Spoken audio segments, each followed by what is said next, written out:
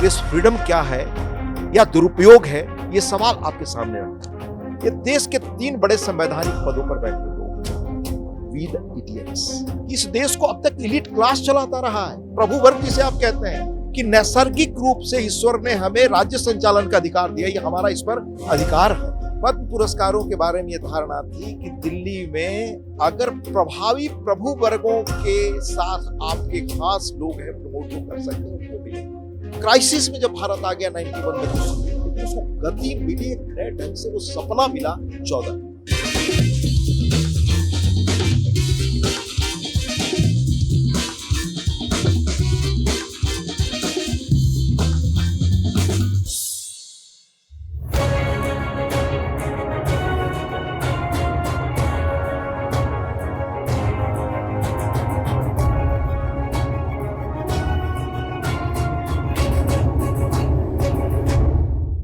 Money control संवाद की शुरुआत कर रहे हैं हम लोग एक विशिष्ट मेहमान के साथ। विशिष्ट इसलिए क्योंकि पत्रकारिता से लेकर राजनीति तक उन्होंने अपनी अमीट छाप छोड़ी है। हम बात कर रहे हैं हरिवंश नारायण सिंह की, जो कि पत्रकारिता से लेकर राजनीति तक सिर्फ हरिवंश के तौर पर जाने जाते हैं। आपने अपनी पत्रकारिता से देश और समाज में अमीट छाप छोड़ी। उसके बाद से राजनीति में आपने प्रवेश किया 2014 में राज्यसभा के जरिए, और 2018 से लगातार राज्यसभा के उपसभापति की महत्वपूर्ण भूमिका में। समाज से लेकर अर्थशास्त्र सब पर आपकी खास पकड़ है। बहुत खुलकर और पूरी ईमानदारी के साथ बोलने के लिए जाने जाते हैं। हरिवंश जी, स्वागत है आपका। बहुत धन्यवाद और मेरा नमस्कार ब्रजेश जी, आपको, मनी कंट्रोल और न्यूज 18 के सभी मित्रों और साथियों को। मुझे यहाँ आकर आप सबके बीच बहुत व्यक्तिगत प्रसन्नता है, और आपके जो भी श्रोता हैं, दर्शक हैं, उन सबको भी मेरा नमस्कार। कैसा लगा आपको? मुझे लगता है कि आपने 2017 में अपना अखबार छोड़ा हुआ, अखबार जिसके जरिए जो है आपने झारखंड से लेकर पूरे, मैं कहूँ पूरी भारत की राजनीति ही नहीं, देश की राजनीति को प्रभावित किया, प्रभात खबर जिसका नाम है। उसके बाद से मुझे लगता है कि इस तरह से चर्चा और बहस के लिए पहली बार ही किसी न्यूज रूम में आए, और फिर उसके बाद से इस तरीके से मुखातिब हैं। मैं निश्चित तौर पे किसी न्यूज रूम में, वो भी बिल्कुल आधुनिक न्यूज रूम जो आधुनिक मीडिया का है, पहली बार मेरा आना हो रहा है। और जिस मीडियम से हम बात कर रहे हैं तो मेरे लिए बिल्कुल नितांत पहला है। तो मेरे लिए बिल्कुल यह नया अनुभव है, और इन वर्षों के बीच दुनिया बहुत बदली। हमने जब छोड़ा वो दौर आर्टिफिशियल इंटेलिजेंस की शुरुआती और चर्चा का दौर था, यह पिछले 8 वर्षों में प्रवेश का दौर है। तकनीक के तौर पर भी दुनिया बहुत बदल चुकी है ब्रजेश जी। आपने तकनीक में जो बदलाव आ रहे हैं, टेक्नोलॉजी के लेवल पर जो चेंजेस है, मीडिया लैंडस्केप में जो चेंज है, उसकी तरफ आपने इशारा किया। क्योंकि आपने जब शुरुआत की, अगर मुझे ठीक ठीक याद है 1977 में, तो प्रिंट का दौर था, और फिर वहाँ से 90 के दशक में टेलीविज़न, और फिर उसके बाद से मैं कह सकता हूँ कि 2000 के बाद से डिजिटल ने धीरे धीरे, और खासतौर पर 2010 के बाद से अपनी पैठ बनाई, और आज हम लोग डिजिटल युग में जी रहे हैं। पत्रकारिता पर कभी हम लोग अलग से बात करेंगे, लेकिन मैं अभी जो आपकी मौजूदा प्रोफाइल है, राज्यसभा के उपसभापति के तौर पर 2018 से आप लगातार काम कर रहे हैं, एक संवैधानिक पद है। राजनीति पर आपकी टिप्पणी हमेशा रही है, चूंकि आपका जो गांव है वह देश के एक महत्वपूर्ण व्यक्तित्व का अपना पैतृक गांव रहा है, जयप्रकाश नारायण, जिनको कि देश और दुनिया जेपी के तौर पर याद करती है। उसी गांव सिताब दियारा से आप आते हैं। जिला जो है बलिया, वो जिला जो है न सिर्फ बागी बलिया के तौर पर, बल्कि देश के पूर्व प्रधानमंत्री चंद्रशेखर के अपने कर्मस्थल, जन्मस्थली के तौर पर भी जानी जाती है। बलिया से जो आपका सफर शुरू हुआ पत्रकारिता के रास्ते, फिर राजनीति में 2014 से, वो भी उच्च सदन जो है हमारे संसद का, वहां पर देश की राजनीति को आपने लंबे समय से देखा है। और मैं अगर ठीक अगर टाइमलाइन पे याद करूं, तो जब आपका जन्म हुआ या जो आपका बचपन था, उसमें नेहरू इस देश के प्रधानमंत्री थे। जब आप थोड़े बड़े हुए, स्कूल आना जाना शुरू किया जो, तो फिर शास्त्री का दौर भी आपने देखा। फिर जो है इंदिरा गांधी के दौर में आप स्कूल से यूनिवर्सिटी में गए, और फिर आपने इमरजेंसी न सिर्फ देखी, झेली, बल्कि उसके दौरान भूमिगत आंदोलन में भी आप सक्रिय रहे। और चंद्रशेखर का जिक्र मैं कर रहा था, चंद्रशेखर के तो आप जब वो प्रधानमंत्री बने तो उनके आप अतिरिक्त मीडिया सलाहकार भी रहे। अपनी पत्रकारिता में जब से आपने एंट्री ली, मोरारजी से लेकर जो मौजूदा प्रधानमंत्री नरेंद्र मोदी हैं, सबको आपने करीब से देखा, उनकी राजनीति को देखा। तो पहला सवाल मेरा आपसे यही होगा कि अगर हम पूर्व के तमाम प्रधानमंत्रियों की तुलना में, जो कि नेहरू से सिलसिला जो शुरू होता है और मनमोहन सिंह पर खत्म होता है, और चूंकि मौजूदा प्रधानमंत्री नरेंद्र मोदी की तुलना की हम बात कर रहे हैं, तो इन प्रधानमंत्रियों के मुकाबले नरेंद्र मोदी में आप क्या विशिष्ट देखते हैं? चूंकि आप सदन जब आप चलाते हैं, राज्यसभा, उसमें भी प्रधानमंत्री आते हैं, लोकसभा में तो सदन के नेता हैं ही। इनकी स्टाइल ऑफ फंक्शनिंग या फिर ओवरऑल जो पर्सनालिटी है या फिर जो इनकी छाप है राजनीति और शासन पर, उसको आप किस तरीके से डिफाइन करना चाहेंगे in comparison to other prime ministers? बहुत धन्यवाद ब्रिजेश जी। अ, मैं शुरू में स्पष्ट करना चाहूँगा आपको सूचना के तौर पे कि बलिया से नहीं, मैं एक ऐसे गांव से आता हूं जो 2 नदियों के बीच घिरा होता था और साल में 6 महीने हम पानी में रहा करते थे। और यह देश के 2 राज्यों और 3 जिलों के बीच बसा एकमात्र गांव है, छपरा, आरा और बलिया। तो बिल्कुल जीवन की कठिन परिस्थितियों से निकलकर मैं आपके सामने आज यहाँ मौजूद हूँ। बचपन से कह सकता हूं कि एक राजनीतिक चेतना किसी वजह से थी, तो पहले के प्रधानमंत्रियों के बारे में हमने पढ़कर जाना। बाद में थोड़ी राजनीतिक चेतना हुई तो किताबों को पढ़ना शुरू किया। हमारे पहले प्रधानमंत्री कैसे थे या फ्रीडम स्ट्रगल क्या था। इंदिरा जी जब प्रधानमंत्री बनी तो उस वक्त एक चेतना इस रूप में थी। विद्यार्थी था, क्लास 7, 8 या 9 का रहा होगा। तो उनकी सभा सुनने के लिए मैं गया था, ये मुझे याद है। शास्त्री जी के बारे में बड़े आदर से सुनता था। गांव के अपढ़ लोगों से, वहां कोई राजनीतिक चेतना नहीं थी। पर जयप्रकाश जी ने जब आंदोलन शुरू किया तो एक सक्रिय राजनीतिक चेतना और एक विद्यार्थी के रूप में राजनीति के प्रति उत्सुकता बढ़ी। और तब से अब तक जो भी प्रधानमंत्री हुए, खासतौर से इंदिरा जी के लेटर फेज, यानी 71 के बाद जब उनको कामयाबी मिली, तब मैं छात्र था पर पढ़ने में रुचि पैदा हो गई। तो उसके बाद की चीजों को कह सकता हूं कि नजदीक से देख रहा हूं। मैं आदरणीय प्रधानमंत्री नरेंद्र मोदी जी के बारे में कुछ चीजें जो मेरे व्यक्तिगत ऑब्जर्वेशंस हैं वो मैं आपसे पहले निवेदन करना चाहूंगा। पहली चीज जो बिल्कुल अलग दूसरों से दिखाई देते हैं वह है उनका बिल्कुल गीता में जो अनासक्त ढंग से काम करने के प्रति जो समर्पण की बात कही गई है। आप यही देखिए, तीसरी बार वो प्रधानमंत्री बने, देश और दुनिया में चुनावों को लेकर सारी व्याख्या चल रही है, पर बिल्कुल अनासक्त ढंग से देश को आगे बढ़ाने में पूरी ताकत, पूरी ऊर्जा 24/8 जो हम लोग सुनते हैं लगा देना, ये इसके पहले किसी प्रधानमंत्री में मैंने कम से कम नहीं देखा, नहीं जाना। ये बड़ी छोटी छोटी चीजें हैं। गांधी जी के विचारों से मैं बड़ा प्रभावित हुआ, उनके साहित्य को काफी पढ़ा। गांधी आमतौर से कहा करते थे कि व्यक्ति को उसके छोटे छोटे गुणों से पहचाने। दूसरी चीज मैं बताऊं आपको, ये बड़ा सूक्ष्म ऑब्जर्वेशन है, पर बहुत सारे लोग सहमत असहमत, वो अपने विचार रखने को स्वतंत्र हैं। मैंने जब भी प्रधानमंत्री जी को देखा है यात्रा करते हुए, वो पार्लियामेंट आते हैं या किसी ऑफिशियल फंक्शन में आते हैं, वहां कभी कभी मुझे रहने का मौका मिलता है, हमेशा गाड़ी में वो अकेले होते हैं। तो मैंने अपने स्तर पे समझने की कोशिश की कि ये मानस क्या है। तो मुझे लगा कि ये देश वो था जहां पर प्रधानमंत्रियों की गाड़ी में यात्रा कर लेने से लोगों की आर्थिक हैसियत और राजनीतिक प्रभाव बढ़ जाया करते थे। ये मेरे लिए बड़ा मतलब मैं कहूं कि एक आई ओपनर कि राजनीतिक जीवन में मर्यादा, नैतिक आचरण बिना प्रचार के कैसे होना चाहिए। आज 10 से 11 वर्ष होने हैं ब्रिजेश जी, पर मैंने 2014 में, जी हाँ, एक बार भी नहीं देखा किसी व्यक्ति को ऐसे लेकर साथ यात्रा करते हो। पार्लियामेंट भी आता अकेले आते। तो पहली चीज आप ये बताऊं मैं आपको। दूसरा, आकर के जिस तरह से उन्होंने यह टीम अपनी खड़ी की, हमारे ब्यूरोक्रेट्स के बारे में धारणा थी कि टॉप जो ब्यूरोक्रेट्स हो जाते हैं, खासतौर से जो सेक्रेटरी हो जाते हैं, वो आमतौर से मतलब एक तरह से जो डॉक्टर राम मनोहर लोहिया ने शब्द इस्तेमाल किया था, दूसरे नंबर के राजा। मैं अपने से नहीं कह रहा हूं, उन्हीं के शब्दों में कह रहा हूं कि उस ढंग से लोगों का आचरण होता था। कहां है साहब? पता चलता वो जिमखाना क्लब में है, गोल्फ खेल रहे हैं। गोल्फ खेल रहे हैं। और ये माना जाता था, ये धारणा थी ब्रजेश जी, आपका बड़ा अध्ययन है इसलिए आप इस बात को पुष्ट करेंगे, और कि जब आप सेक्रेटरी बन गए हैं तो कामकाज नहीं करना है, बस आपको मौजूद रहना है। कामकाज करिए तो आपके सहायक है, देश दुनिया घूमने के अवसर का लाभ उठाना।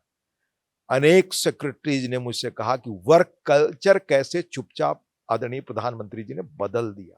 एक नया टर्म ही आ गया, 360 डिग्री एनालिसिस। बिल्कुल किसी भी ब्यूरोक्रेट का, अगर बिल्कुल। उसको महत्वपूर्ण पद पे रहना है। और मैं अगर आप इजाजत दे तो एक टॉप ब्यूरोक्रेट के जिन्होंने बड़ी पॉलिसी चेंज करने में भूमिका रही है, उनकी राय मैं बताना चाहूंगा। उन्होंने कहा कि जब पहली कैबिनेट की बैठक हुई तो कहा गया कि आप अपने अपने विभाग का प्रेजेंटेशन करें।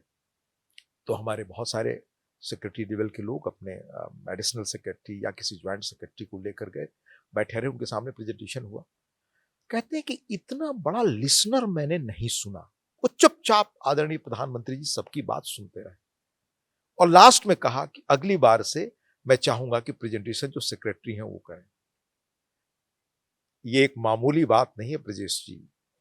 ये उन्होंने कहा कि ये सबके ऊपर एक तरह से क्या करें, ये शॉक ट्रीटमेंट जैसी स्थिति थी वर्क कल्चर में कि कोई आदमी काम के प्रति इस रूप में, हो सकता है बहुत सारी चीजें आपको बता सकता हूं, पर देश के लिए जब वो कहते हैं काम ही जीना, काम में ही रहना, हमेशा हर पल देश के लिए इस्तेमाल करना, और इस तीसरी कामयाबी के वक्त बाद अनासक्त होकर लगातार काम में ही व्यस्त रहना।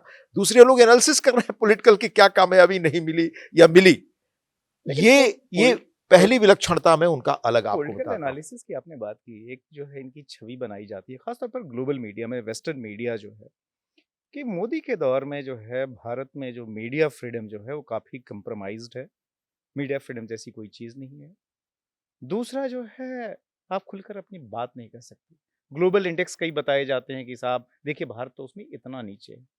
आपने पत्रकारिता 1977 में शुरू की, इमरजेंसी उसके पहले देखी आपने, और आपने जैसा कि बताया कि आपकी राजनीति में रुचि रही है।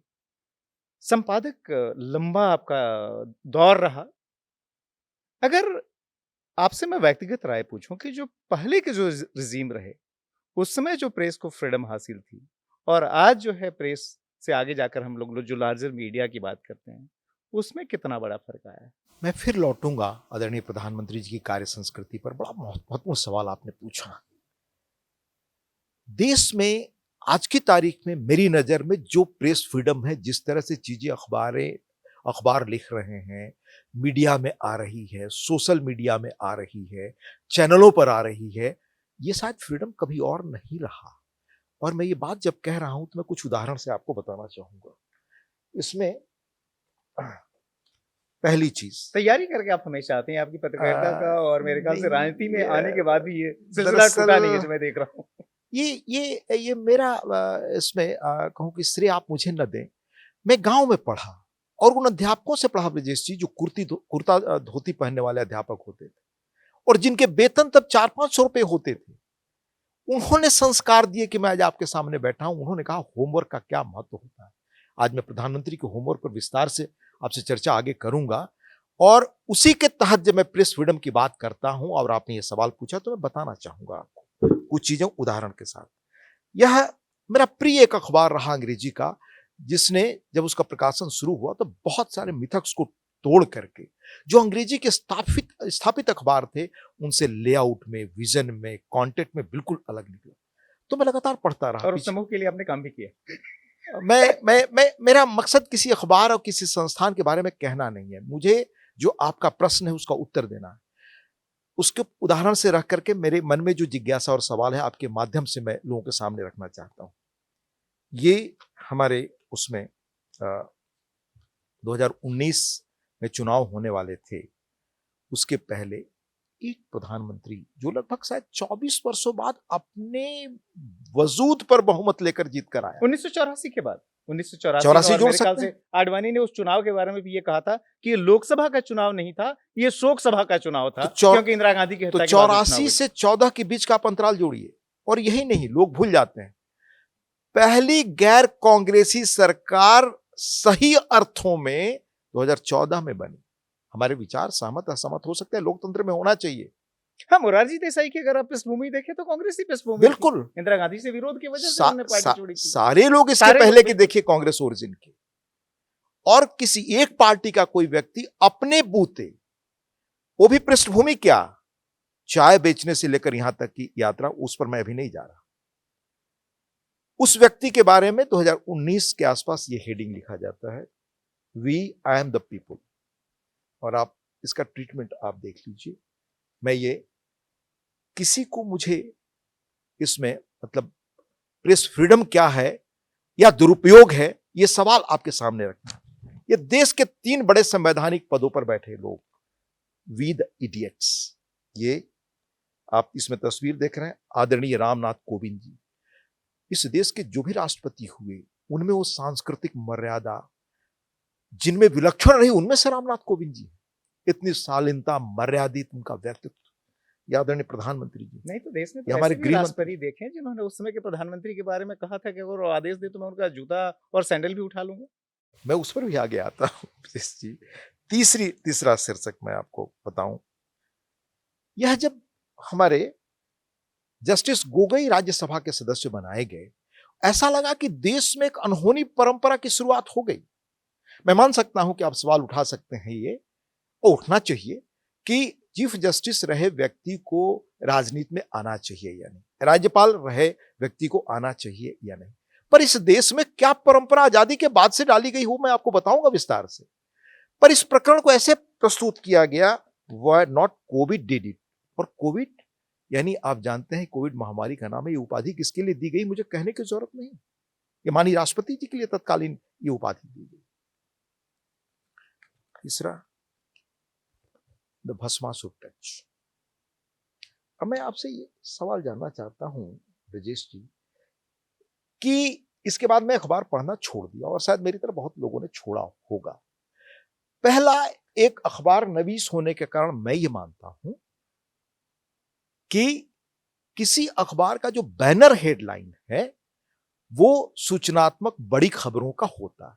वो आपके ओपिनियन से, आपका जो निजी ओपिनियन है वो रिफ्लेक्ट नहीं करता। पर निजी ओपिनियन से आपके आग्रह पूर्वाग्रह हो सकते हैं, आपकी विचारधारा होना चाहिए जो भी है। पर इस तरह के शीर्षक लगा करके मेन स्ट्रीम अखबार होने का दावा करना 14 के पहले इस मुल्क में कभी हुआ?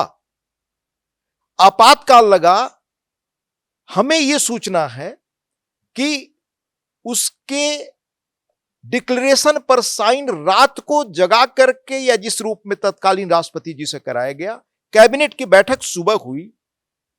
क्या उन माननीय राष्ट्रपति जी के बारे में भी कभी किसी ने ऐसा शीर्षक लगाया? तीसरा सवाल, इस देश में लंबी परंपरा रही, आपने देखा होगा कि हर पॉलिटिकल पार्टीज के अपने मुखपत्र होते थे, हर आइडियोलॉजिकल समूह के मुखपत्र होते थे। नक्सलाइटों के थे, हमारे कम्युनिस्ट मित्रों के थे, भाजपा जनसंघ के थे, मदरलैंड अखबार था, आपके कांग्रेस का था। पहले आजादी की लड़ाई में बड़ी भूमिका रही नेशनल हेराल्ड की, और नवजीवन शायद बाद में हिंदी में था, पर बाद में वो कांग्रेस का प्रवक्ता बना अखबार। इसी तरह से आप चले जाएं, न्यू एज, पैट्रियट, सीपीआई का कोई था, सीपीएम का था, आज भी निकलते रहते हैं सारे विचारों का। उन विचारों पर आधारित शुद्ध रूप से निकलने वाले अखबारों में भी अपने प्रतिद्वंदियों के लिए, और खास तौर से जो संवैधानिक पदों पर बैठे, किसी ने ऐसा शीर्षक लिखा होगा, यह शोध करा करके मुझे कोई बताए। आपने देश में वो भी दौर देखा होगा जब प्रधानमंत्री कार्यालय से तय होते थे संपादक। वो चीजें पढ़ी होंगी आपने, मैं किसी के बारे में नाम लेकर के कुछ नहीं कहना चाहता। क्या यह जो मैं आपको बता रहा हूं, इसके बारे में आपने कभी सुना इसके पहले? कोई एक्शन, कार्रवाई, चर्चा कोई भी सुना? अब मेरे मन में क्या सवाल उठता है कि ये जो मैं आपको शीर्षक बताया, ये मार्च 20 का है, जनवरी 19 का है, नवंबर 19 का है, मार्च 20 का है। फिर क्या ये शीर्षक इस कारण लगा ये लोग दलित वर्ग से आते हैं, कोई ओबीसी से आता है? मेरे मन में सवाल उठा कि इस देश को अब तक एलिट क्लास चलाता रहा है, प्रभु वर्ग जिसे आप कहते हैं। दिल्ली की वो ताकतवर लॉबी, वो परिवार जो अपने को संभ्रांत समझते हैं, जो समझते हैं कि नैसर्गिक रूप से ईश्वर ने हमें राज्य संचालन का अधिकार दिया, ये हमारा इस पर अधिकार है। उसके किसी व्यक्ति के बारे में अगर गलत से गलत भी काम उन्होंने कभी किया हो, इस तरह की तो बात छोड़ दें, इससे कम आलोचनात्मक शीर्षक भी किसी ने लगाया, और तो और छोड़ दीजिए, किसी को शोध करके देखना चाहिए कि अखबार जहां से निकलते हैं ये सब। ये मैं किसी एक बारे में नहीं कह रहा हूं, बहुत सारे अखबारों का मैं आपको गिना सकता हूं। वो अपने राज्य में जहां है वहां पर कोई बड़ी घटना ऐसी घट जाती है जो पूरे देश की आत्मा को झकझोरती है, पूरा देश मानसिक तौर पर बेचैन होता है। उनके बारे में क्या छप, ये भी किसी को पता करना चाहिए। आपने प्रेस फ्रीडम का कहा, मैं लौटूंगा जिस पर गोगोई जी को यह प्रसंग उस वक्त जो कोविड साहब के बारे में छपा उस पर मैं आपको बताऊंगा, पर मैं उसके पहले आपको कुछ चीजें और बताना चाहूंगा कि ये जो देश का इलिट वर्ग है और प्रभु वर्ग है, जो डॉक्टर लोहिया कहते थे अंग्रेजी की देन, इनके अंदर यह एक अभिजात्यपना जो है, प्रभु वर्ग का जो एक दंभ है, ये उसका परिणाम है। अब जैसे आप जो कह रहे हैं कि चूंकि यह प्रभु वर्ग की जो एक तरह से मोनोपोली थी, उसको कहीं ना कहीं नरेंद्र मोदी ने चैलेंज किया गुजरात से आकर दिल्ली में। और ये भी ध्यान रखें कि मोदी मेरे ख्याल से उन गिने चुने पॉलिटिशियंस में हैं जिनकी अपनी बेस लंबे समय तक दिल्ली न रही हो। सीधे दिल्ली एक तरह से कह सकते हैं प्रधानमंत्री के तौर पर ही आए, कभी सांसद नहीं थे उसके पहले। पार्टी के लिए जरूर काम किया, लेकिन मुझे लगता है दिल्ली से बाहर तमाम राज्यों में किया। दिल्ली में कोई बहुत जमकर, तो जो दिल्ली का कोर कहा जाता है उसका वो हिस्सा कभी नहीं था। तो इसकी वजह से भी आपको लगता है कि शायद ये जो दिल्ली का इकोसिस्टम है, खासतौर पे वो जो खान मार्केट गैंग एक शब्द इस्तेमाल किया जाए, तो उसको एक्सेप्ट नहीं मैं थोड़ा बदल के कहना चाहूंगा, चैलेंज नहीं किया उन्होंने, तोड़ दिया है। मतलब बिल्कुल एक नीचे से आकर एक व्यक्ति ने अपने कामकाज से बिना कहे, बिना प्रचार के उस अभिजात्य की संस्कृति को तोड़ दिया है। दलित महिला आदिवासी हमारी गौरव की बात है, राष्ट्रपति बनी, उन पर भी आपने कमेंट्स देखे कई लोगों के। हाँ, मुझे पॉलिटिकल पार्टी से लेकर, उस समय के कांग्रेस नेता मैं किसी का नाम नहीं ले रहा, मैं प्रवृत्ति के बारे में बता रहा हूं। और ये क्यों है, मैं एक उदाहरण के तौर पर आपको बताऊं। जैसे पद्म पुरस्कार है, पहले पुरस्कार किसको मिला करते थे ब्रजेश जी? पद्म पुरस्कारों के बारे में यह धारणा थी कि दिल्ली में अगर प्रभावी प्रभु वर्गों के साथ आपके खास लोग हैं, प्रमोट जो कर सकते हैं, उनको मिलेगा। एक गांव के जंगल में बैठा हुआ आदमी, कहीं जो अनसंग हीरो है, जिसने कभी प्रत्याशा नहीं की कि मेरे काम का पुरस्कार या मेरे काम को पहचानने वाला कोई व्यक्ति होगा, आज जो देश में सम्मानित हो रहा है। किसी को आकलन करना चाहिए ब्रजेश जी, पूरे देश में अब तक जितने लोगों को सम्मान मिला है, लोग कहते हैं धर्म, क्षेत्र, जात, इन सबसे परे जाकर के किस रूप में लोग सम्मानित हुए हैं। मैं थोड़ा आपसे समझना चाहता हूं, क्योंकि आपने पद्म पुरस्कारों की बात की और एक मेरे ख्याल से शायद बहुत लोगों को ये अंदाजा नहीं होगा कि आप लंबे समय तक उस कमेटी में, जो स्क्रीनिंग कमेटी थी, उसके आप मेंबर रहे हुए थे। मैंडेट क्या था? चूंकि आपने कहा कि उसके पहले पद्म पुरस्कार वो भी इलीट को दिया जाता था, जिनके अपने रसूख हैं, रसूखों की एक तरह से वो पहचान माना जाता था, सबूत माना जाता था। क्या प्राइम मिनिस्टर का कोई ब्रीफ था कि नहीं, पद्म पुरस्कार को आप जनता जनार्दन का जो एक तरह से उसके अच्छे जो काम है उसका एक आप स्वीकृति बना दीजिए जो देश की तरफ से है? मैं पहली चीज स्पष्ट कर दूं ब्रजेश जी, ये पहली बार सार्वजनिक चर्चा मैं कर रहा हूं। मेरे घर में मेरी पत्नी को ही पता नहीं कि मैं कहां किसका कमेटी का सदस्य था। ये मर्यादा मैंने जीवन में रखी, और कब रहा ये भी किसी को नहीं मालूम है, ये चूंकि मुझे नहीं मालूम कहां से आपको पता है। तो ये पहली बार मैं आपको बता रहा हूं, अपने शुरू के वर्षों में था, लंबे समय से मैं उसमें हूं नहीं। पहली चीज जो मुझे आश्चर्य हुआ कि वो कमेटी का गठन कैसे होता है, वो किसी को पता नहीं चलता। बिल्कुल कॉन्फिडेंशियल कमेटी बनती है और 1 साल के लिए कमेटी बनती है। कौन कमेटी का और दूसरा सदस्य हमें भी नहीं मालूम, वर्किंग कैसी उसकी। और आज तक प्रधानमंत्री जी तो छोड़ दें, किसी गृह विभाग शायद उसको देखता है, गृह मंत्रालय का भी कोई मंत्री नहीं आया उसमें, मामूली भी किसी का कोई वो नहीं। मैंडेट ये था कि देश के जो अनसंग हीरोज हैं, देश के कोने कोने के हिस्सों में, जंगलों में काम करने वाले जो लोग हैं, जिन्होंने अपने कामकाज से अद्भुत समाज पर, आसपास के लोगों पर प्रभाव छोड़ा है, जिन्होंने अपना जीवन चुपचाप काम में समर्पित कर दिया, वैसे लोगों को ही चुना जाए।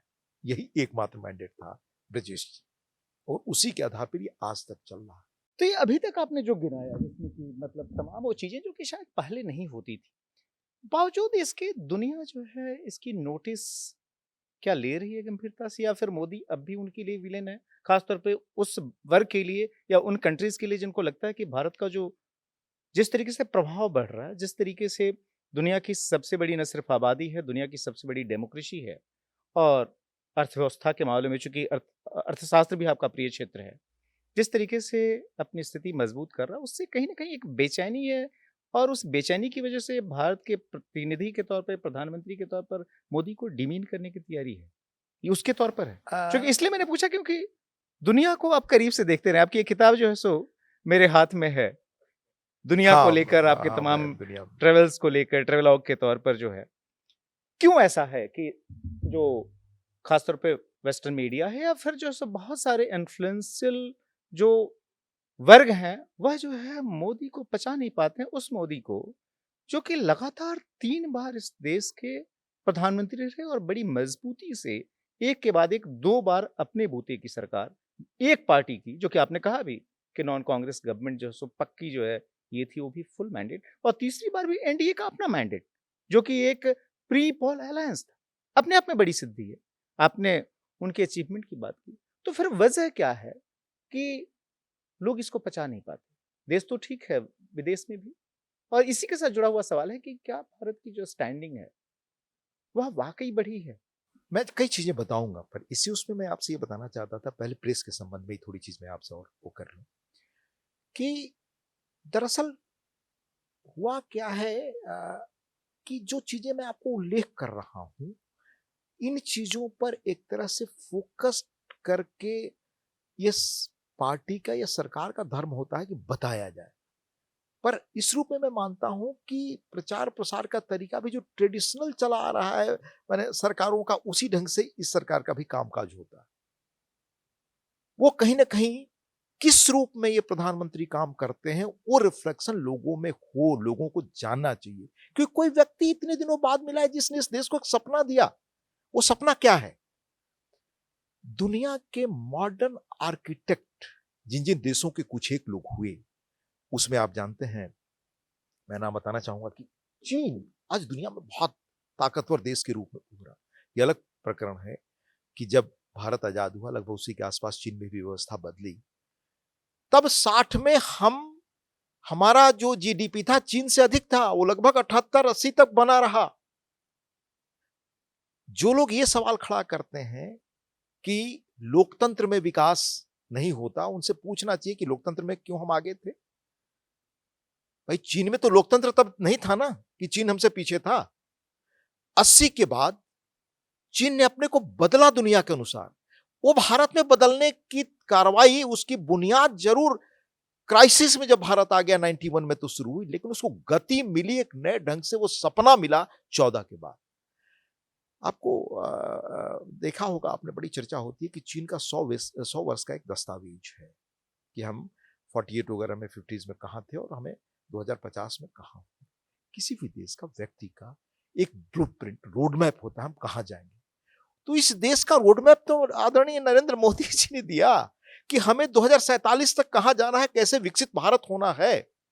और क्या ही नहीं, बहुत सारी चीजें उसके लिए उन्होंने प्रयास किया। अब उसी प्रयास के तहत ये सारे काम कर रहे हैं और दुनिया में आज ताकतवर होते भारत से लोगों को बड़ी परेशानी है।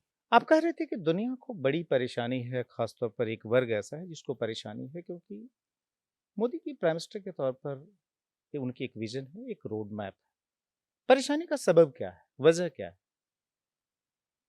अ, एक चीज उल्लेख करना चाहूंगा, गांधी जी कहा करते थे ब्रजेश जी, चुपचाप अपने काम में लगे रहो, अपने उस पर फोकस करो।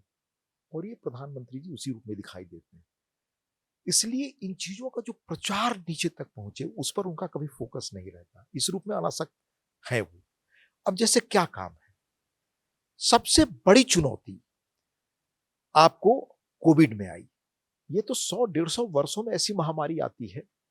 आपको याद होगा कि उसके पहले जो स्पेनिश फ्लू आप कहते हैं, कितने करोड़ लोग इस देश से मर गए। मेरे ख्याल से कोविड के दौर में ये किताब ही आई एज ऑफ पैंडेमिक्स करके और उसमें बड़े विस्तार से चर्चा है कि इसके पहले जब भी बड़ी महामारियां आई दुनिया के इतिहास में, भारत में जो उसका अगर आंकड़ा देखा जाए, अगर ग्लोबल जो कैजुअलिटी हुई, तो भारत का कंट्रीब्यूशन उसमें हमेशा 20 से लेकर 50% रहा।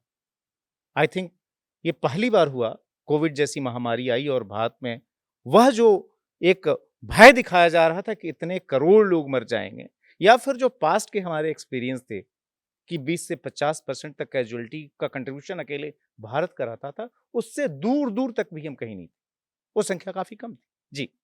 क्यों दुनिया को परेशानी है, और दुनिया को नहीं, भारत में भी उस वर्ग को क्यों परेशानी है, क्यों ये बेचैनी है, उसकी वजह हो, उसका उत्स, उसका ओरिजिन इस प्रधानमंत्री की कार्यशैली है। वो चुपचाप काम में यकीन करते हैं।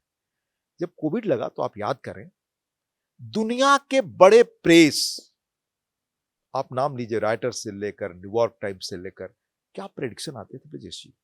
सबसे अधिक तबाह भारत होगा। कहा जाता था कितने करोड़ों लोग मरेंगे, उसमें भारत के नॉन इकोनॉमिस्ट भी शामिल थे, कहते थे भारत की इकोनॉमी तबाह हो जाएगी। ये तो सब डॉक्यूमेंटेड चीजें हैं, मैं आपको उदाहरण के साथ बता रहा हूं। पर किसी को एहसास नहीं था कि भारत किस दिशा में जा रहा है। किस तरह प्रधानमंत्री उन दिनों चुपचाप भारत टीका बनाए, इस काम में लगे रहे। अब इसकी कई पुस्तकें आ गई, कम से कम कोविड पर 3-4 पुस्तकें हैं, और उसमें कुछ आईएएस अधिकारियों ने लिखी है, कुछ उन दिनों जो वैज्ञानिक थे, जहां तक मुझे याद है जितेंद्र शर्मा, वो आंध्र प्रदेश उसके थे, उनकी एक किताब है इस पर, कभी मैंने वो किया था काम। रातों रात किस तरह से काम हुआ और किस तरह प्रधानमंत्री खुद जाते थे देखने, ये कोई कल्पना नहीं कर सकता। तो चुपचाप काम करके, और तब दुनिया में क्या चला था कि जो बड़ी दुनिया की मल्टीनेशनल कंपनियां थी दवा की, आप जानते हैं दुनिया में 2 उद्योग सबसे ताकतवर है, दवा उद्योग, फार्मेसी कंपनियां, और दूसरा हथियार लॉबी। कहा जाता है कि दुनिया के बड़ी जो ताकतें उनको डिक्टेट करती हैं, दुनिया के मीडिया को डिक्टेट करते हैं। ये तो आप भी जानते हैं। जब अचानक भारत ने टीका बना लिया तो सबको सदमा लगा, इन बड़ी ताकतों को पहले सदमा लगा।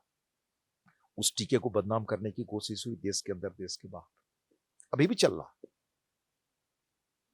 पर वह पहला टीका किसने लगवाया? चुपचाप इस देश के प्रधानमंत्री ने। आप उस वक्त के देश के और पॉलिटिकल लीडर्स के बयान को आप देख लीजिए। और भारत 2-2 टीके का इजाद कर लेगा, उसके बाद तो कई टीके और आए। ये तो दुनिया के लिए शौक था। बहुत दिनों बाद, मतलब उसके कुछ दिनों बाद डावोस में जो मीटिंग हुई, इन फार्मा कंपनियों में से कुछ एक कंपनियों के जो सीईओ आए, तो वहां पत्रकारों ने पूछना शुरू किया।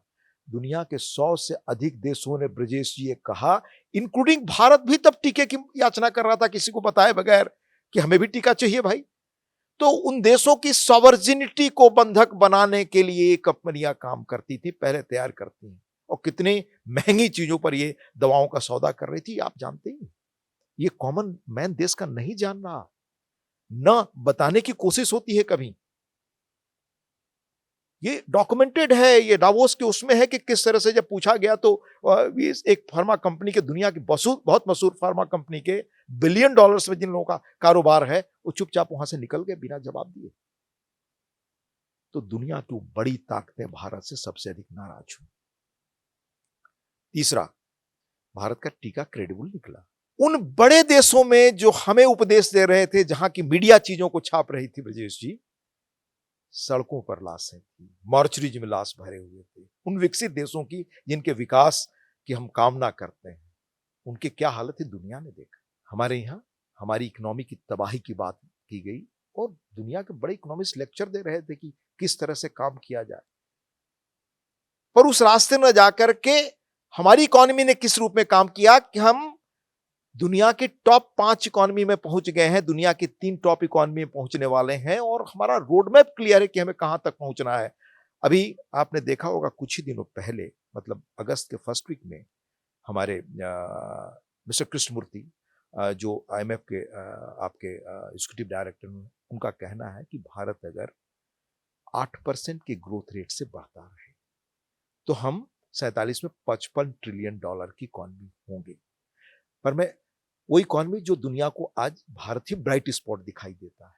और एक चीज मैं और आपको अपने ऑब्जर्वेशन से, जो मेरी सीमित समझ है, कि 21वीं सदी के इस पड़ाव पर, इस दौर में आर्थिक ताकत ही तय करेगी कि आप दुनिया में आपकी हैसियत या फ्यूचर कैसा रहता है। इस चीज को सोचने और देखने वाले माननीय प्रधानमंत्री अलग दिखाई देते हैं। इसलिए मैं कहता हूं कि वो मॉडर्न आर्किटेक्ट हैं उस रूप में, जैसे देंग सियाओपिंग थे चाइना के, जैसे ली क्योन यू थे सिंगापुर के, जैसे सेकंड वर्ल्ड वॉर के दौरान रूजवेल्ट थे। तो इस पूरे भारत के बारे में मुकम्मल तस्वीर एक रखना। अब आपको मैं एक चीज और बताने की मुझे इजाजत दें। ये विदेशी मीडिया ने जो भारत के बारे में उन दिनों चीजें फैलाई, ये बहुत अच्छी किताब है और मैं कहूँगा कि हमारे मीडिया में दिलचस्पी रखने वाले गंभीर लोगों से भी बाहर बढ़ करके कॉमन नागरिकों को पढ़ना चाहिए। वो क्या पढ़ना चाहिए कि किस तरह से पश्चिमी मीडिया, कम से कम इसमें 30-40 रिपोर्ट्स ऐसी हैं कोविड के दौरान की जो एग्जामिन की गई हैं, जो भारत के बारे में क्या कहती थी, और उनमें से सुर भारत के लोग भी मिलाते थे। Western media narratives on India from Gandhi to Modi, Umesh Upadhyay. संयोग से उमेश जी हमारे बीच असामयिक चले गए। ये इंपॉर्टेंट किताब है। अब मैं इसमें से एक दो चीज आपको सिर्फ सुना करके अपनी बात वो करूं, जैसे यह कैसे ब्रिटेन का मीडिया बड़ा प्रभावित था। 48 की घटना है। ये निजाम हैदराबाद से बात चल रही थी सरदार पटेल की कि अभी कैसे हम मर्जर की तरफ बढ़े। तब हाउस ऑफ कॉमन्स में उनके बड़े नेता सवाल उठा रहे थे कि इसको यूएन सिक्योरिटी काउंसिल में ले जाया जाए, इसको ये इन्वेजन ऑफ हैदराबाद है। ये सरदार पटेल के बारे में क्या क्या चीजें छपी, गांधी के बारे में छपी, पंडित जी के बारे में भी छपी हैं। इंदिरा जी जब गई एक बार अमेरिका, वो गई उस वक्त भारत अपने फूड क्राइसिस से गुजर रहा था। इंडिया कम्स बेगिंग, शायद ये हेडिंग थी किसी एक अखबार की। और मैं आपको बताऊं कि किस तरह से एक दुनिया के बड़े एक तब हम लोग भी हुआ थे तो उस चैनल रेडियो पर विश्वास होता था, उसने एक इंटरव्यू 84 में एयर किया। जो खालिस्तानी लीडर थे जगजीत सिंह चौहान, मैं उल्लेख नहीं कर सकता कि इस देश के प्रधानमंत्री के बारे में उस व्यक्ति की क्या बात कही। वो घटना हो गई बाद में, क्या उनके प्रधानमंत्री के बारे में ये चीज कभी हो, या उन ताकतवर देशों के राष्ट्रपतियों के बारे में कोई उस देश का इस तरह का अवांछित तत्व ऐसा कहे, वो छपेगी। या ये मीडिया नियमों का उल्लंघन करके आपके देश में अपनी शर्तों पर काम करना चाहे और आप कहें कि नहीं रूल्स को फॉलो करना पड़ेगा, तो आपके बारे में कुछ भी वो दिखाने को स्वतंत्र है और एक माहौल देश में बन जाए। ये हुआ है इस मुल्क में, मैं किसी का नाम नहीं ले रहा, पर मौजूदा प्रधानमंत्री ने कहा कि नो, देश के कानून बड़े हैं, व्यक्ति नहीं। He never compromised. इसलिए दुनिया की प्रभावशाली मीडिया की ताकतें, उभरते भारत, और उभरते भारत का श्रेय जिसको है, जिसके कारण हो रहा है, उनके खिलाफ इस रूप में काम करती हैं। मैं बहुत सारी चीजें और बता सकता हूं, पर ये जो आप बता रहे हैं कि उभरते भारत को दुनिया पचा नहीं पा रही है, लेकिन देश के अंदर भी जो माहौल है, और खासतौर पे जो कि आप हाउस चलाते हैं, और जो पार्लियामेंट्री डेमोक्रेसी में कल्पना थी, और खासतौर पे जो फ्रेमर्स ऑफ कॉन्स्टिट्यूशन थे, संविधान निर्माता थे, उनने सोचा था कि जो उच्च सदन है, जो राज्यसभा के तौर पे जाना जाता है, जिसके आप उपसभापति हैं, कि वहाँ पर बड़ी मैच्योर्ड किस्म की बातचीत होगी। उसका क्या हाल है, आप उसको फेस करते हैं जब भी सत्र चलता है। लेकिन मैं सदन के बाहर की भी बात कर रहा हूँ। सदन के अंदर जो हाल है, सदन के बाहर भी तो परिस्थिति उससे भी भयावह है। विधानसभा चुनाव कुछ राज्यों के चल रहे हैं। जो स्टाम्प ऑफ अप्रूवल है डेमोक्रेसी में, वो जाहिर है इलेक्टरल विक्ट्री है। हरियाणा और जम्मू कश्मीर के चुनाव हो रहे हैं। ये मुझे आप बताएं कि चूंकि देश की राजनीति और खासतौर पर चूंकि प्रादेशिक पत्रकारिता को भी आपने एक नई धारा दी, अगर हम लोग हरियाणा की ही बात कर लें, हरियाणा के चुनाव में जो मुद्दे जो हैं, वह किसानों के मुद्दे उठा रहा विपक्ष। वहाँ पर मुद्दे जो है अग्निवीर को लेकर खड़े किए जा रहे हैं कि भाई अग्निवीर के जरिए सरकार कोशिश कर रही है कि सैनिकों को पेंशन न देना पड़ा, इसलिए ये जो स्कीम लाई गई। आप खुद बलिया से आते हैं, जहाँ से मंगल पांडे, तो वो मशहूर नाम है जिन्होंने 1857 का जो एक तरह से कह सकते हैं जो स्वतंत्रता संग्राम जो था, उसकी चिंगारी ही एक तरह से लगाई थी। हिस्टोरिकली वहां से लोग भर्ती होते रहे हैं फौज में, ईस्ट इंडिया कंपनी के जमाने से। यह जो नैरेटिव है, और खासतौर पर पहले पॉलिटिक्स में एक मर्यादा थी कि कभी भी आप जो राष्ट्रहित या फौज जो है, सेना जो थी, वह कभी राजनीति का अखाड़ा नहीं बनती थी। अभी जो चुनाव हो रहे हैं, उनमें ये सब मर्यादाएं भी खत्म हो चुकी हैं। हरियाणा के संदर्भ में अगर मैं आपसे बात करूं, 10 साल वहां बीजेपी की सरकार रही। अभी वहां पर जमकर रस्साकसी चल रही है, कैंपेन का दौर है, पर्ची और खर्ची की भी बात हो रही है, दूसरी तरफ किसानों की बात हो रही है। हरियाणा जैसे राज्य जो कि खासतौर पर दिल्ली से सटे हुए हैं, क्या इनके अंदर कोई ट्रांसफॉर्मेशन हो पाया पिछले 10 वर्षों में? या फिर हरियाणा की परिस्थिति और खराब हुई है, जैसा कि एक नैरेटिव बिल्ड हो रहा है? मैं हरियाणा पर लौटूं इसके पहले दो चीजें कहना चाहूंगा तेजस जी, कि देश में राजनीतिक मर्यादा या देश को ऊपर मानकर राजनीति करने की परंपरा धीरे धीरे कमजोर होती गई, और ये लगभग 67 से इसकी शुरुआत हुई थी, पहले भी, पर 67 से तेजी से। और सत्ता सबसे अहम चीज आज हो गई है। देश पहला रहे ये नहीं रह गया। कम से कम मेरा जो निजी अनुभव है इस प्रधानमंत्री जी के बारे में, मेरी जो समझ है उस समझ पे आप सवाल उठा सकते हैं कि इनके लिए देश पहला है, पर पूरे देश में जो राजनीतिक माहौल और संवाद है उसमें सबसे पहली प्राथमिकता तो कुछ परिवारों की हो गई कि उनके हाथ से राजनीति निकल गई। परिवारों का वर्चस्व हो गया था राजनीति में, या कुछ समूहों का। तो देश हित से राजनीतिक हित, निजी हित ऊपर चले गए, और यह देश भूलता है। मैं हर जगह इसका उल्लेख करता हूं। संविधान बन जाने के बाद डॉक्टर बाबा साहब आंबेडकर ने बड़ी एक महत्वपूर्ण बात ब्रजेश जी कही थी, जिसको यह देश आज जरूर याद करे और हर सामान्य आदमी याद करे। बाबा ने क्या कहा था वो मैं आपको सुनाना चाहूंगा। डॉक्टर आंबेडकर के संविधान सभा में दिए गए अंतिम भाषण में उस चेतावनी का उन्होंने उल्लेख किया जो देश के लिए सबसे बड़ा खतरा बना रहेगा भविष्य में। मैं उनको कोट करता हूं Brajesh ji. If the parties place creed above country, अगर राजनीतिक दलों ने अपना निजी मत और विचार देश के ऊपर रख दिया, और independence will be put in jeopardy A second time and probably the lost for ever, तो दूसरी बार हमारी आजादी खतरे में पड़ेगी और शायद हमेशा के लिए पड़ जाएगी। This eventuality we must all resolutely guard against, ये खतरा ना आए, हम सबकी जिम्मेदारी है कि हम गार्ड करें। We must be determined to defend our independence with the last drop of our blood, हमें अपने खून की अंतिम बूंद तक इस इंडिपेंडेंस को बचाना चाहिए। आज क्या हो गया साहब, निजी हित ऊपर हो गए, इसलिए सेना भी डिस्कशन का विषय हो रही जो पहले नहीं होती थी। दूसरी चीज मैं आपको बताऊं कि मैं डिफेंस में मेरी रुचि थोड़ी रही, विद्यार्थी दिनों से भी रही, पत्रकार के तौर पे ही रही। एक तो आकर्षित करता था सेना में लोगों का होना और कामकाज। 14 में जब मैं सांसद बनकर आया तो मुझे अवसर मिला डिफेंस कमेटी में रहने का। मैं आज भी इस मर्यादा का पालन करता हूं कि जब तक मैं कमेटी में रहा, मैं मीडिया से था, पर कभी कमेटी की बात को यह तय किया जाता है, वहां हमारे चेयरमैन बताते हैं कि गोपनीय रहेगी, इसलिए आज तक मैं कभी सार्वजनिक नहीं किया और न आज करूंगा।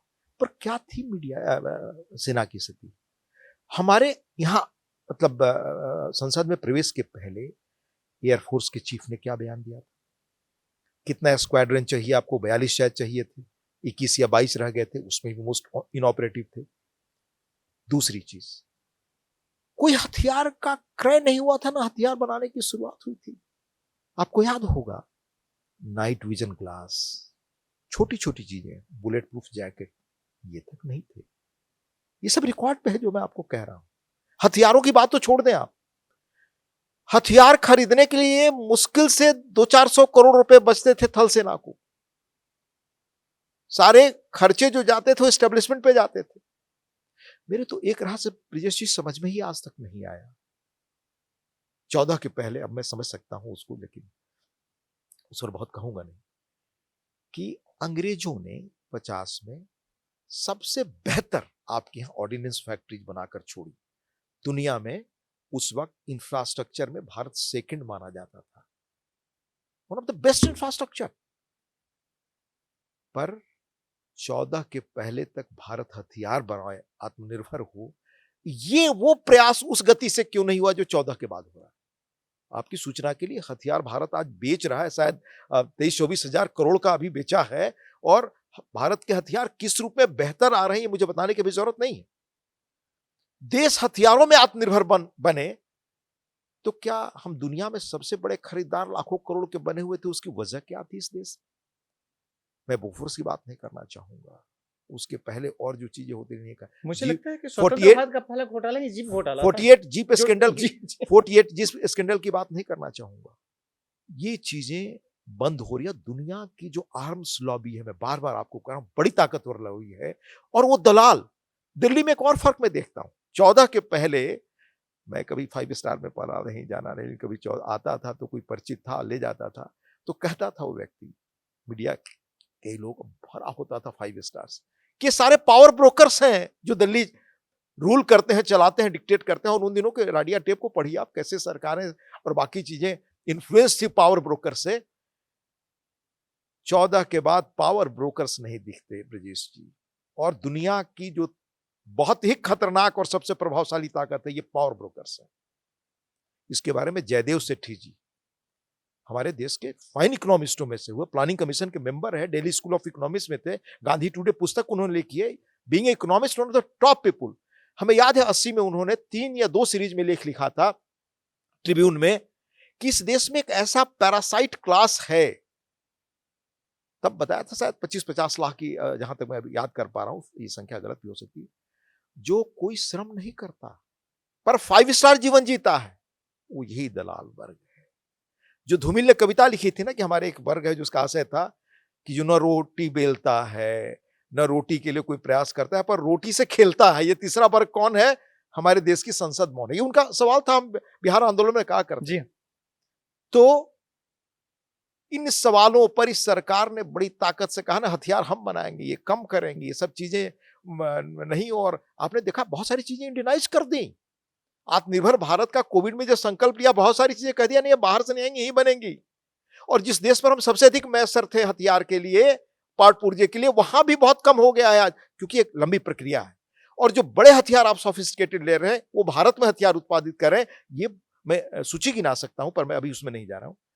तो एक रक्षा को बहुत मजबूत करना, स्वाभिमान देना, जो हमारे टॉप पोस्ट पे रक्षा में बैठे हुए लोग हथियारों के लिए तरसते थे।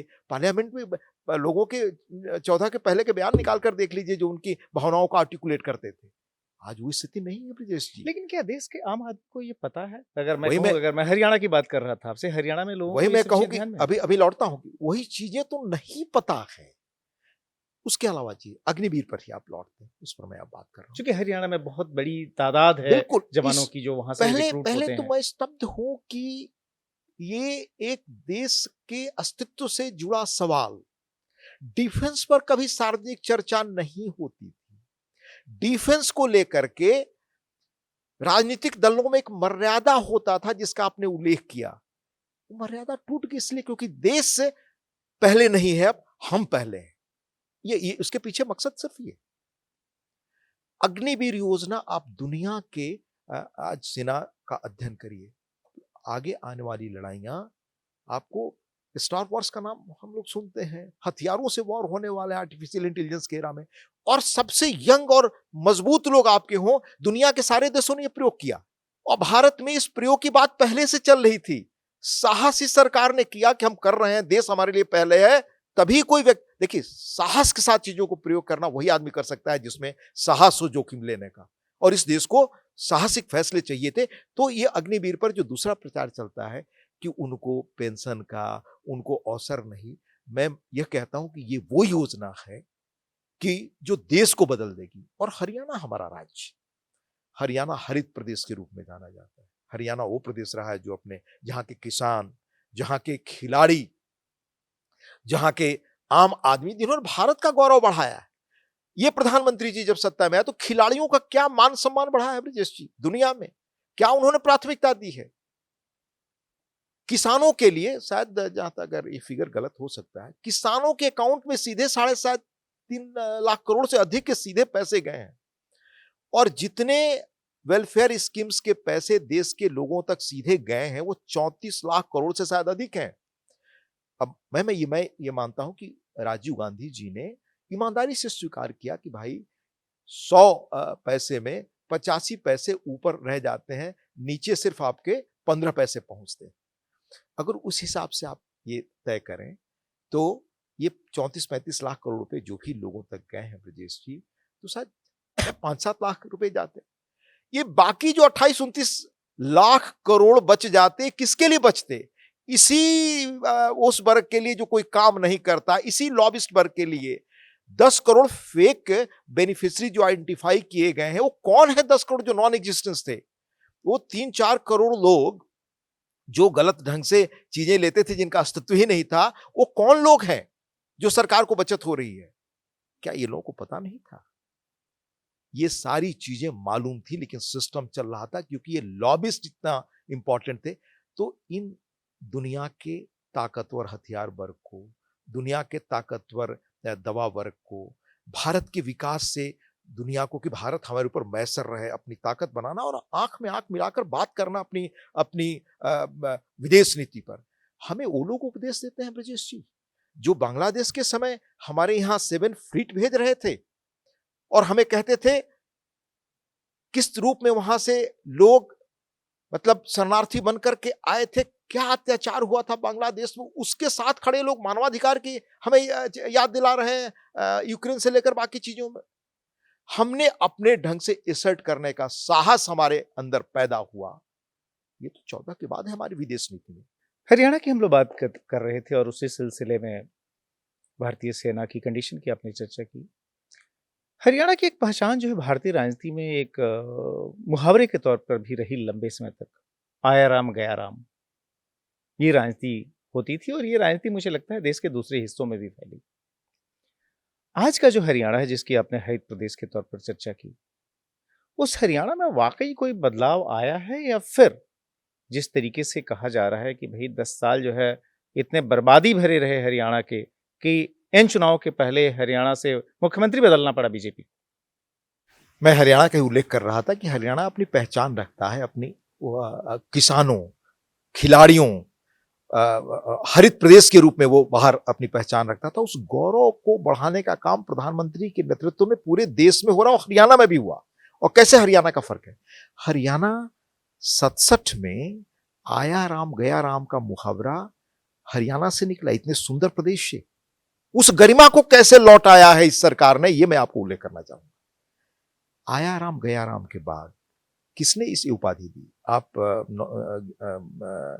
उसमें क्या जनरल नॉलेज की किताबें देखेंगे तो उसमें नाम आता है कि ये उपाधि हमारे देश के बड़े नेताओं में हुए, सम्मानित नेताओं में। यशवंतराव चौहान जी ने कहा कि हरियाणा की ये स्थिति है। हरियाणा के एक राज्यपाल थे, उनका कोट है कि भाई यहां तो दिन में 4 बार विधायक इधर उधर आते जाते हैं। और खुद आया राम गया राम जी का जो प्रकरण है, वो 67 के बाद एक दिन में वो 3-4 पार्टी बदल चुके थे। उसके बाद हरियाणा में किस तरह की राजनीतिक संस्कृति रही, आपको मैं बताऊं। हरियाणा अपने भ्रष्टाचार के कारण भी जाना जाने लगा देश में, और कैसे ताकतवर लोग जो थे दिल्ली में सत्ता में, वो लोग हरियाणा में कितनी महत्वपूर्ण भूखंड और क्या जमीन पाने लगे, ये तो आपको अब जानकारी भी होगा, तो सरकारी रिपोर्ट्स में। पर उसके पहले चुनिंदा परिवारों का राज था हरियाणा की राजनीति पर, वो ताकतवर परिवार 3 लाल। और दूसरी चीज कहिए, ये लोग कहते हैं आया राम गया राम। हरियाणा की एक और खासियत रही, 1980 में शायद जनवरी के महीने में वहां पर जनता पार्टी की सरकार थी, और इन्हीं लालों में से एक लाल वह देश के उस राज्य के मुख्यमंत्री होते थे। वो दिल्ली आते हैं, तत्कालीन प्रधानमंत्री से मिलते हैं, फिर हरियाणा जाते हैं, फिर आते हैं, बड़ी देर तक मुलाकात बातचीत होती है, सब रिकॉर्डेड चीजें जो पढ़ी है मैं आपको बता रहा हूं। और तीसरी बार आते हैं तो पूरी सरकार, कैबिनेट और विधायक सब जनता पार्टी की नहीं, कांग्रेस की हो जाती। वही नहीं, 82 का मैं आपको बताऊं, 82 में चुनाव हुआ हरियाणा विधानसभा में। कांग्रेस को 37 सीटें मिली, लोकदल को 33, भारतीय जनता पार्टी को 6, जगजीवन बाबू की पार्टी को 2, शायद CFD था, निर्दलीय 11, किसी को बहुमत नहीं था। 24 जून को हमारे देवीलाल जी मिले, कहा कि भाई हमारे साथ लोग नहीं, 24 जून को नहीं, उसके पहले ही बहुमत करके हमारे साथ बीजेपी और बाकी निर्दलीय हैं। अचानक 15-20 दिनों बाद 24 जून को 82 में 57 विधायकों को लेकर के कांग्रेस के एक सज्जन मिले, उन्होंने कहा कि हम सरकार बनाएंगे। उन्होंने सरकार बना ली, और उन्हीं मुख्यमंत्री ने वहां के, उन्होंने उन पर एक बड़ी अच्छी किताब लिखी वहां के एक IAS ऑफिसर ने, कि उन्होंने क्या कहा उस मतलब मुख्यमंत्री ने वो किताब उसका नाम मैं आपको बताऊं, हरियाणा काडर के थे मिस्टर के दास वर्मा शायद, या के रास Verma, three Lals of Haryana. उसमें उल्लेख है कि एक लाल मुख्यमंत्री कहते हैं कि हमें नहीं पता था कि ये खास जगह क्या सूटकेस पहुंचाना पड़ेगा, उसमें सब नाम भी है, कहां पहुंचाना पड़ेगा क्या, तो मैं बहुत पहले मुख्यमंत्री बन जाता। ये उसमें दर्ज है, डॉक्यूमेंटेड। मैं आपको कह रहा हूं, ये मैं खबर पढ़ करके सुना सकता हूं। तो ये जो राजनीतिक संस्कृति थी इन 10 वर्षों में आपको ये नहीं मिली होगी। जो भी मुख्यमंत्री बना वहां पे वो एक साधारण आदमी, आप सहमत असहमत उनकी नीतियों से हो सकते हैं, पर जो दो मुख्यमंत्री आए, कम से कम उन पर क्या क्या चीजें चलती थी हरियाणा की राजनीति में, उस संस्कृति को आगे बढ़ाने का। पर्ची और खर्ची बड़ा जो है, मैं विस्तार में नहीं जाना चाहता, वही नहीं था। एक सज्जन थे जो कनस्तर में, या क्या कहा जाता था, पीपे में घी भेजते थे सारे देश के लोगों को, बड़े इंपॉर्टेंट आदमी जो उस राज्य कर्णधार रहे। तो मैं बहुत विस्तार में जाऊं तो वहां के बारे में, तो उस राजनीतिक संस्कृति को कम से कम आप 10 वर्षों में नहीं देखेंगे। नंबर 2, किसानों के भलाई का जो काम मैं आपको उल्लेख किया, कभी आत्म विश्लेषण होना चाहिए। जिन लोगों को सत्ता में हिस्सेदारी का मौका नहीं मिलता था, वो सत्ता में हिस्सेदारी में रहे, और जो समझते थे कुछ परिवार की हमारे ही हाथ में सत्ता की जागीर है, वो टूट गया। ये सब कल्चर, ये बदलाव, मुझे लगता है ब्रजेश जी, हमें एक राजनीतिक तटस्थ पर्यवेक्षक के रूप में गौर करना चाहिए, कितना बड़ा ये शिफ्ट है कल्चर में, पॉलिटिकल कल्चर में। और विकास पहले, यही मुद्दा कि किसी भी हालत में विकास, जैसा मैंने बताया कि ये पूरे देश के संदर्भ में एक विजन है, एक व्यक्ति का डिटर्मिनेशन है कि हम देश को इस तरफ ले जाएं। तो एक चीज बताएं, ये जो आपने विजन की बात की, डिटर्मिनेशन की बात की, हिम्मत की बात की, जिस हिम्मत से जो कई सारे जो ग्लोबल फोर्सेज हैं जो कि भारत के खिलाफ हमेशा रहे, या फिर जो भारत के इंटरेस्ट के खिलाफ जाकर जिन्होंने काम किया, फिर ये जो तमाम लॉबीज रही, इसको तोड़ने का काम इस सरकार ने किया, और उसके प्रधानमंत्री के तौर पर नरेंद्र मोदी ने। उनका एक और हिम्मत भरा फैसला था जिसके बारे में हर कोई कहता तो था, या उनकी पार्टी भी कहती थी कि हम आर्टिकल 370 को खत्म करेंगे जम्मू कश्मीर से, लेकिन किसी को भरोसा नहीं था कि यह कभी खत्म होगा। लेकिन उन्होंने उसको खत्म कर दिया अगस्त 2019 में। और मुझे याद है कि आप उस समय खुद सदन का संचालन कर रहे थे राज्यसभा में जब वो इंट्रोड्यूस हुआ था वो बिल। जम्मू कश्मीर में जो चुनाव इस बार हुए, उन चुनावों में आप वहां की लोकल पार्टीज तो छोड़ दीजिए, चाहे एनसी हो या पीडीपी हो, जो कि डे वन से कह रहे हैं कि साहब हमें आर्टिकल 370 तो वापस चाहिए, और वो भी उस आर्टिकल के बारे में जिसको कि फ्रेमर्स ऑफ कॉन्स्टिट्यूशन ने उस समय कहा था कि यह एक टेम्पररी प्रोविजन है, जिसके बारे में खुद नेहरू ने भी ये कहा था कि ये घिसते घिसते घिस जाए। उसको परमानेंट करने की कोशिश की गई। वह जो काम था कि यह जो टेम्पररी चीज है जिसका लिमिटेड स्कोप था, उसको हटाना है, फाइनली नरेंद्र मोदी की सरकार ने किया 2019 में। लेकिन इस बार जब चुनाव हुए जम्मू कश्मीर में, जिसमें कि विधानसभा को वहां फिर से रिवाइव करने के लिए, तो उस समय वहां लोकल पार्टीज तो छोड़ दीजिए, जो नेशनल पार्टीज जो एलाइज हैं उन स्थानीय पार्टियों की, वो भी कह रही है कि हम आर्टिकल 370 को वापस लेके आएंगे। उस आर्टिकल के बारे में जिसको जब एबॉलिश किया गया उसको सुप्रीम कोर्ट में चैलेंज किया गया, और सुप्रीम कोर्ट ने भी कहा कि हाँ जी, उसको खत्म किए जाने में कुछ भी गलत नहीं। इस तरह की चीजों को आप कैसे देखते हैं? मैंने बताया आपको ब्रिजेश जी, डॉक्टर अंबेडकर का कोट, किसी तरह सत्ता मिल जाए, जब यह महत्वपूर्ण हो जाएगा तो देश पीछे छूट जाएगा। तो जिन तत्वों ने, जिन ताकतों ने इस तरह की चर्चा शुरू की, उनके लिए हम सत्ता में हो, सत्ता हमारी जागीर है, ये बड़ा क्लियर माइंडसेट है। और ऐसे लोग प्रभुत्वशाली होंगे, ताकतवर होंगे, तो देश का भविष्य नहीं होगा। ये मैं नहीं कह रहा हूं, अंबेडकर साहब कह रहे हैं। साहब, ये कृपया स्पष्ट रखिए, अंबेडकर साहब का कोट कह रहा है।